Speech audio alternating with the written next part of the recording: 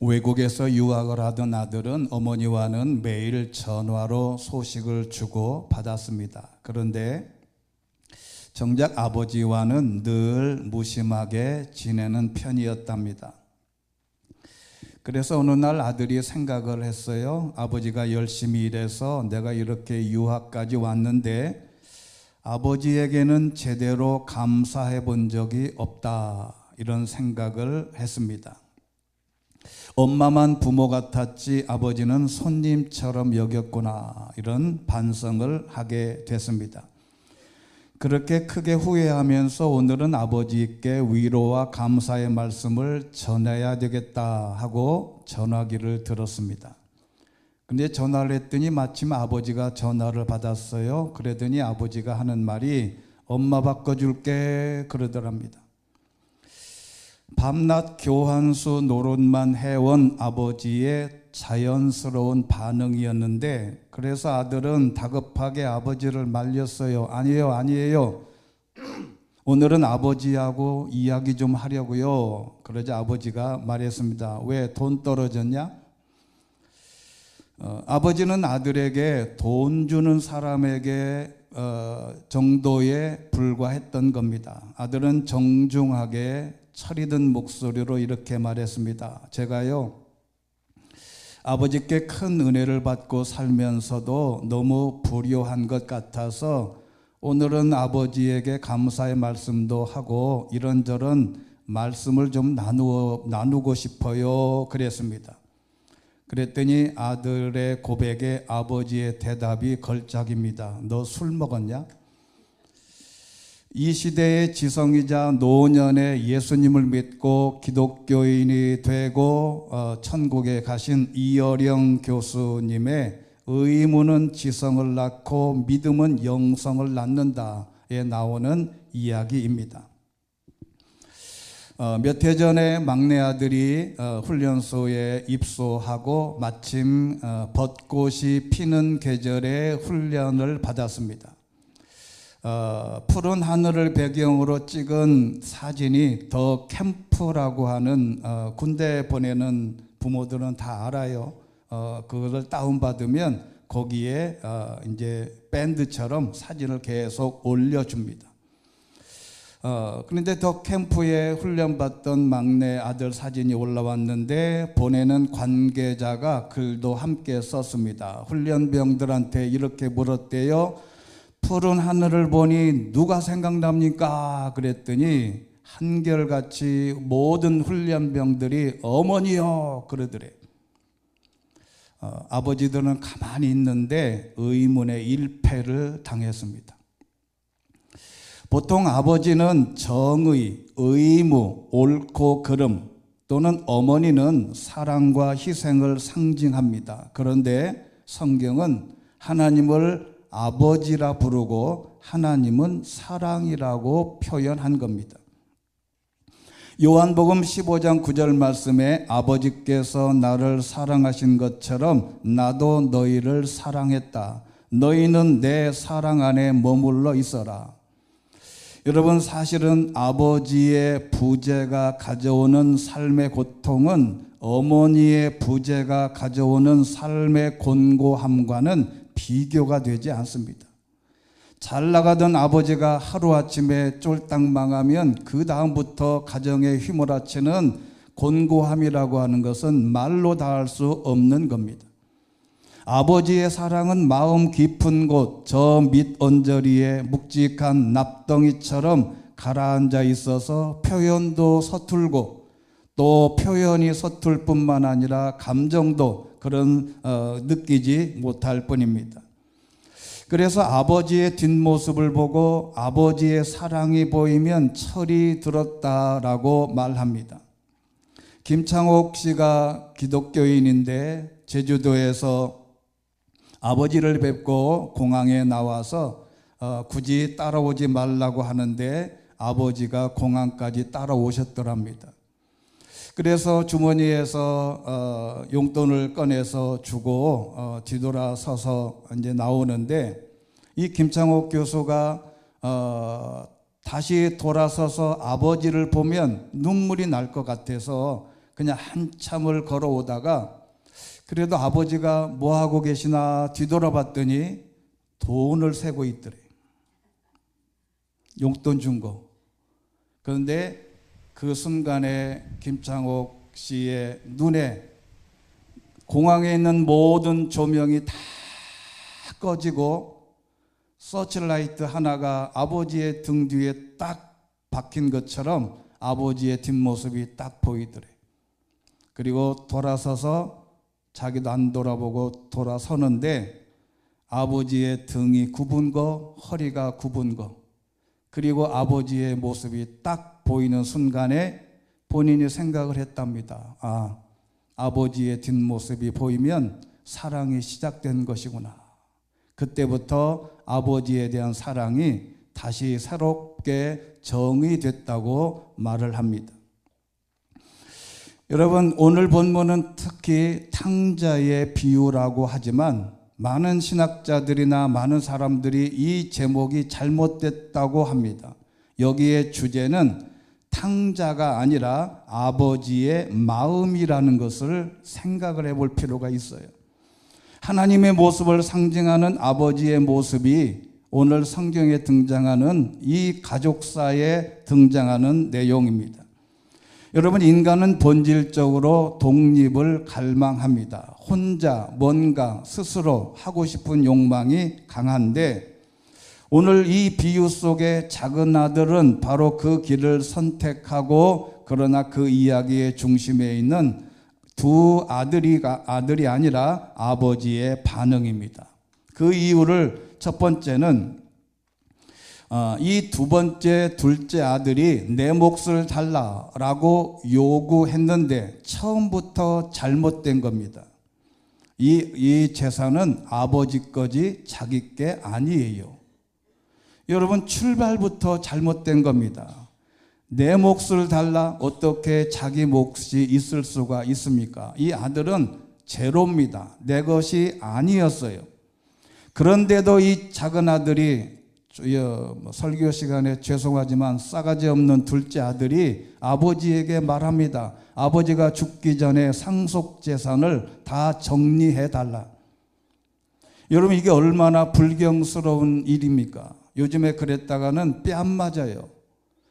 엄연히 아버지와 어머니가 챙겨줄 것은 다 하지만 미리 어머니가 죽고 난 다음에 받을 유산을 나에게 달라. 자기 것도 아니에요. 여러분, 어느 아들이 요즘 아버지 잘 지내냐 물었더니 이 아들이 그러더래요. 요즘 아버지 잘 지냅니다. 어떻게 잘 지내냐 그랬더니 아버지가 내 돈 가지고 잘 사용하고 있어요. 그러더래요. 재산이 자기에게 물려줄 거를 미리 다 쓰고 다닌다 이 말이에요. 여러분, 재산 상속에 따르면 히브리 신명기 21장 17절에 있는 말씀 보면 장자는 모든 것 가운데 두 몫을 챙겨줘야 된다라고, 이 구절이 유대인 전통 사회에서 상속의 기본이에요. 즉 아들에게 큰 아들에게 3분의 2, 그 다음에 작은 아들은 3분의 1입니다.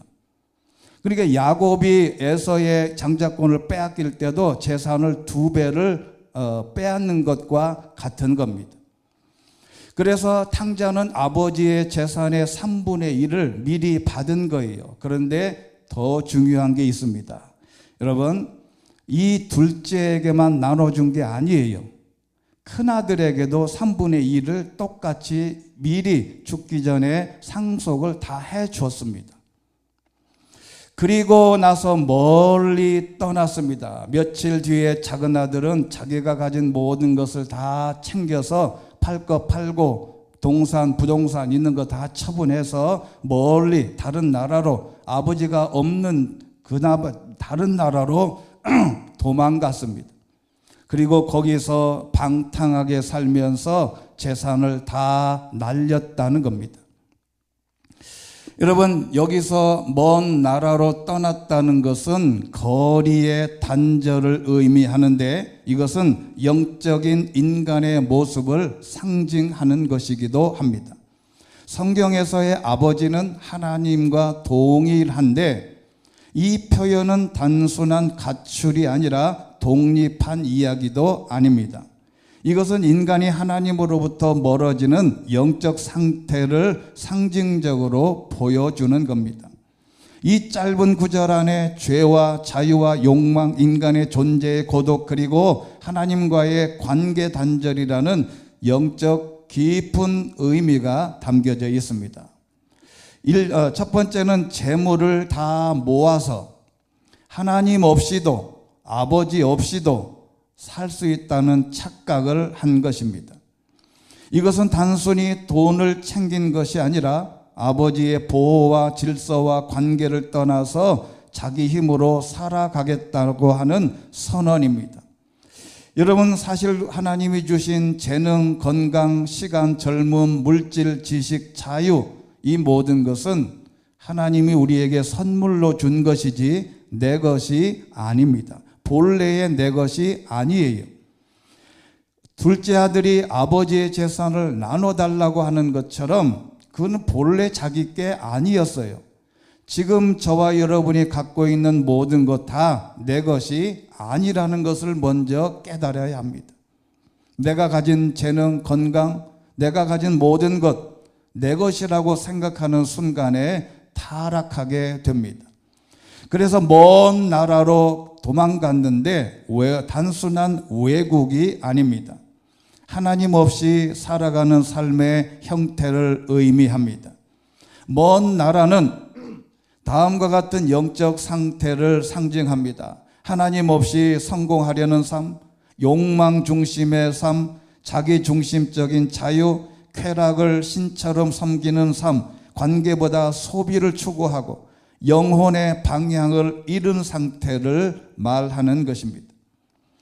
둘째 아들은 자유를 얻기 위해서 집을 떠났지만 결국 자기 자신까지 잃어버렸습니다. 떠났다고 하는 것은 죄의 본질의 방향의 문제인데, 우리가 여러분 성경에서 죄라고 할 때 이 헬라어로 하마르티아라고 하는 단어를 씁니다. 이것은 우리나라의 국궁 또 양궁이 세계적인데, 그 양궁이나 국궁의 관역이 저 멀리 있어요. 그런데 그 죄라고 하는 것은 관역을 벗어난 걸 죄라고 합니다. 하나님이 우리에게 제시해 준 놀라운 일들에 대해서 그 관역을 맞춰야 되는데 못 맞췄다라고 하는 것은 바로 존재의 방향이 하나님에게서 벗어났다는 겁니다. 하나님의 목표에서 벗어난 겁니다. 둘째 아들은 아버지를 미워해서 떠난 게 아니에요. 오히려 더 자유롭고 행복해지고 싶어서 떠났는데, 그러나 하나님 없이 얻으려는 행복, 결국 인간을 무너뜨렸다는 겁니다. 왜 먼 나라가 매력적으로 보이는가? 여러분, 인간은 하나님을 왜 떠나려고 할까요? 여러분, 많은 사람들이 대학, 중고등학교 다닐 때는 교회를 잘 다닙니다. 제가 청주 상당교회에서 부목사로 있을 때 고등부를 담당했는데, 고등부가 1, 2, 3학년 합하면 300명이 넘었어요. 고등부가 중등부가 600명, 그 다음에 아동부가 1200명이었는데 그 300명 중에 100명이 고3 아니겠어요? 그런데 이 고3이 대학만 가면 완전히 10분의 1로 교회를 안 나와. 그래서 많은 사람들이 물어봤어요. 왜 고등학교 때는 신앙이 좋던 애들이 대학만 가면 교회를 안 나오냐? 그랬더니 핵심적인 것은 이런 겁니다. 여러분, 교회 오면 부담이 있죠. 술 마시지 마라. MT 가면 술 먹어요. 담배 피지 마라. MT 가면 담배를 억지로 피우게 해요. 그 다음에 모임에 가서 술 먹지 마라. 그런데 모임에 가면 술로 그렇게 일주일 내내 그렇게 하다가 교회 가서 딱 앉아 있으니까 하나님이 너 이놈 그러는 것 같거든. 이렇게 하니까 교회에 오니까 부담스러운 거예요. 교회 가면 행복했는데 그 고등학교 때는 마냥 행복했는데 대학교 다니고 내 맘대로 다니고 술 먹고 돌아다니고 그러다가 일주일 동안 다니다가 교회가 딱 오면 뭔가가 마음에 걸리는 게 있어요. 내가 일주일 내내 술 먹고 다녔는데 하나님이 이놈 그러는 거예요. 그러니까 먼 나라로 자꾸 떠나는 거예요. 아예 안 보는 거지. 아예 교회를 안 나와버려. 여러분 그런 얘기도 있잖아요. 학교에서 어린 초등학교 학생이 지각했다고 매를 맞은 거예요. 그랬더니 그 다음에 일기를 뭐라고 썼냐면 나는 오늘 지각해서 선생님한테 맞았는데 다음에는 결석해야 되겠다. 아예 그냥 말 안 맞겠다는 거지. 여러분 성경을 자세히 보면 큰 아들은 재산을 탕진하지 않고 그대로였다는 것을 꼭 명심하고 이 이야기를 들어야 됩니다. 여러분 인간은 본래 하나님과의 관계에서 두려움이 있고 무서움이 있고 부담이 있어요. 그래서 하나님을 떠나려고 하는 욕망이 큽니다. 그래서 성경은 독립적인 존재를 인정하지 않고 하나님과의 관계, 가족과의 관계, 공동체와의 관계를 단절하면 이 관계가 끊어질 때 영적으로 붕괴되기 시작하는 겁니다. 그래서 이 탕자의 핵심은 재산 낭비가 아니라 아버지 없는 삶입니다. 먼 나라는 단순한 장소가 아니라 하나님 없이 살려는 인간의 욕망이었습니다. 그런데 가서 주식 투자하고 사업을 해서 돈을 잘 벌었으면 좋겠는데 이제 삶으로 재산을 다 탕진했습니다. 13절에 있는 말씀대로 거기서 방탕하면서 재산을 다 낭비했어요. 관계가 단절되고 자유가 주어지면 감당할 힘이 없어집니다. 형은 그 재산을 하나도 날리지 않았어요. 자유는 없었을지 모르지만 그러나 내 맘대로 했다가 문제가 심각해졌는데 성경에서 이렇게 경고합니다. 아주 굉장히 중요한 현대인들에게 경고하는 말씀이에요. 같이 읽겠습니다. 시작. 형제들이여 하나님은 여러분을 부르셔서 자유하게 하셨습니다. 그러나 그 자유를 육체의 만족을 위한 기회로 삼지 말고 도리어 사랑으로 서로 종노릇 하십시오. 여기서 자유는 뭔지 아시죠? 이 자유는 율법으로부터의 자유예요. 율법은 이거 해라, 이거 하지 마라, 저거 해라, 이거 해라 얼마나 엄격해요. 근데 예수님이 오셔서 그 모든 율법에서 자유로 은혜로 구원을 받게 했는데 그 다음부터 생각해 나는 이제 율법을 다 어겨도 괜찮아. 내 마음대로 해도 돼. 이 자유를 육체의 만족을 위한 기회로 삼지 마라. 여기 자유는 엘유데리아라고 하는 헬라어인데 아주 중요한 뜻이 있습니다. 이 자유는 세 번째가 중요해요. 우리가 기뻐하는 것을 하지 않고 사는 자유를 가져야 합니다. 여러분, 내가 기뻐하는 것대로 하면요, 세상은 금방 망합니다. 내가 원하는 기도의 제목 다 기도하면 다 세상이 망해요.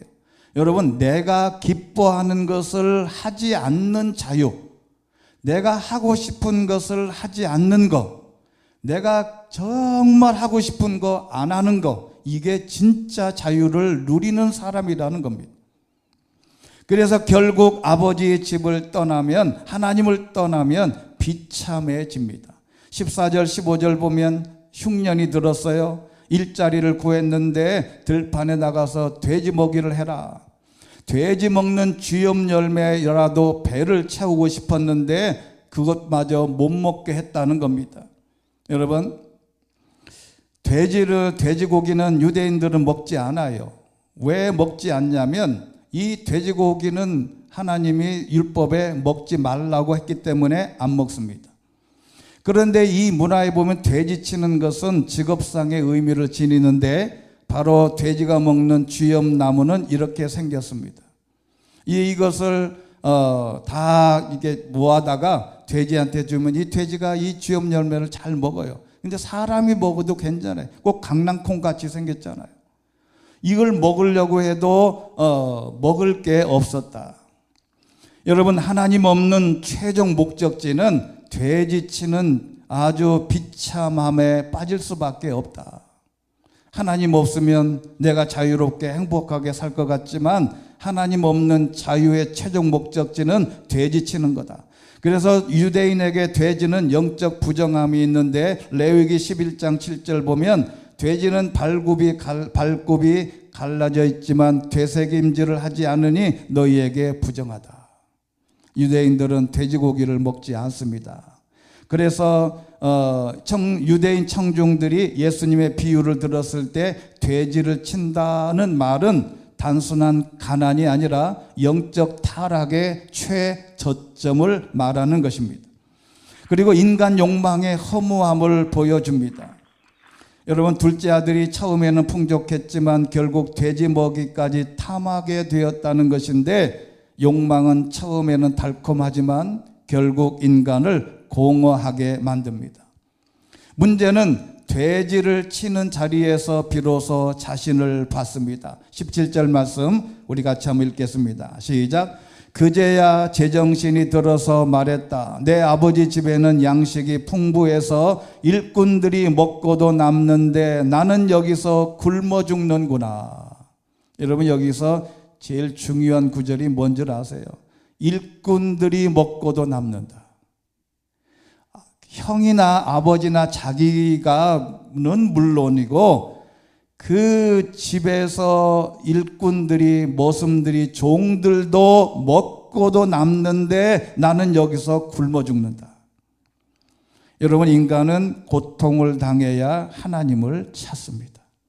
죄송하지만 한번 따라해 보겠습니다. 인간은 고통을 당해야 하나님을 찾는다. 여러분, 베드로가 밤새도록 그물을 던졌는데 고기가 한 마리도 안 잡혀서 예수님을 만난 거예요.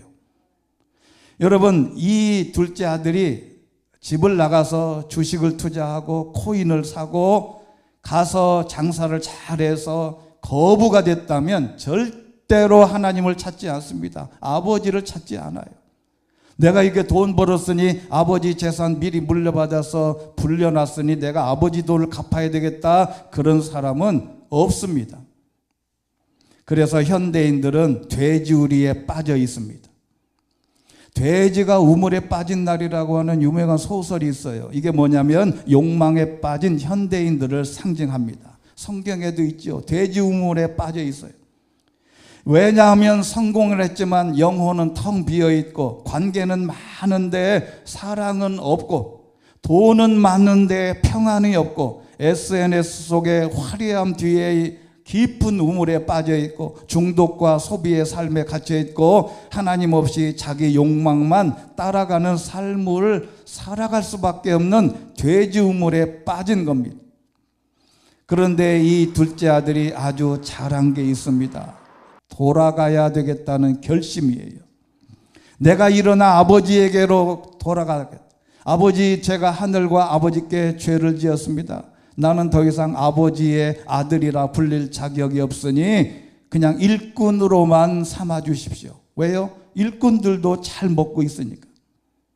회개라고 하는 것은 돌아가야 되겠다고 하는 깨달음입니다.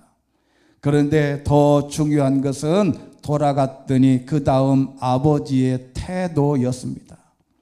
눈물겨운 장면이 20절입니다. 시작. 그러고서 아들은 일어나 아버지에게로 갔다. 아들이 아직 멀리 있는데 그 아버지는 아들을 보고 불쌍히 여겨 아들에게 달려가 그의 목을 껴안고 입을 맞추었다. 비유의 핵심은 둘째 아들이 아니라 아버지입니다. 아버지는 아들이 돌아올 때 돌아와서 이유를 묻지 않았습니다. 너 왜 떠났냐? 왜 내 재산을 탕진했냐? 너 왜 이제 왔냐? 너 뭐 하다가 지금 왔냐? 묻지를 않아요. 오로지 달려가서 아버지 그런 아들을 안고 입 맞추고 껴안고 우는 것밖에 없습니다. 인간은 죄 때문에 돼지우리까지 내려갈 수 있지만 하나님의 사랑은 그보다 더 깊이 내려와서 인간을 다시 품으시는 하나님의 사랑을 표현해 주는 것입니다. 현대인들이 부모에게 효도하는 길이 어떤 길이 있을까? 앞에 말씀드렸죠. 하나님을 섬기는 것도 효도고 부모를 섬기는 것도 효도인데, 첫 번째는 존재의 뿌리를 인정하는 겁니다. 내 부모를 공경하라 라고 했을 때 무겁게 여기다, 가치를 두다 라는 뜻이에요. 집에서나 어디든지 아버지 하나님의 존재를 인정하고, 두 번째는 마음의 거리를 좁혀라. 물리적 거리보다 마음의 거리가 더 큰데 현대인들은 같은 집에 살면서도 심리적으로 단절되어 있다는 겁니다. 효도는 돈이 아니라 관계의 회복이다.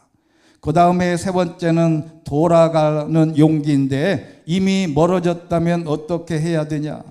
효도는 완벽한 상태에서 시작되지 않습니다. 그리고 네 번째는 감사의 표현입니다.